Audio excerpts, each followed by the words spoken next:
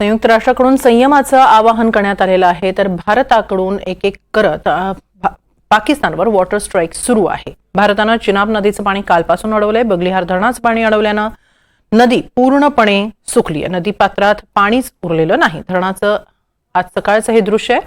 पाकिस्तानला चिनाब नदीचं पाणी कालपासून बंद करण्यात आलंय. धरणात पाण्याची क्षमता आता मोठ्या प्रमाणावर वाढली आहे. नदी पात्रात पाणीच नसल्यानं पाकिस्तानमधील पंजाब आणि सिंध प्रांतात मोठ्या प्रमाणावर पाण्याची टंचाई भासू शकते. पहलगाम दहशतवादी हल्ल्यानंतर भारतानं पाकिस्तान विरोधात केलेल्या वॉटर स्ट्राईकचा परिणाम आता दिसू लागलाय.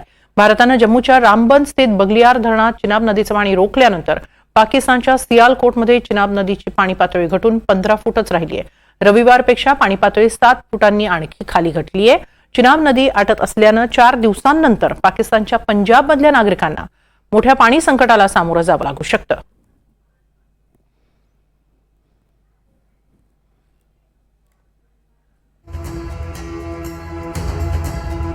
भारतानं चिनाब नदीचं पाणी रोखलंय. बगलिहार सलाल धरणाचं पाणी अडवलंय.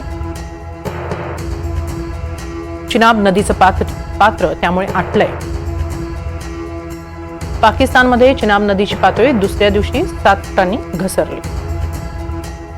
पाकिस्तानच्या 24 शहरांमध्ये 4 दिवसांनंतर 3 कोटी नागरिकांवर पाणी संकट ओढवणार आहे.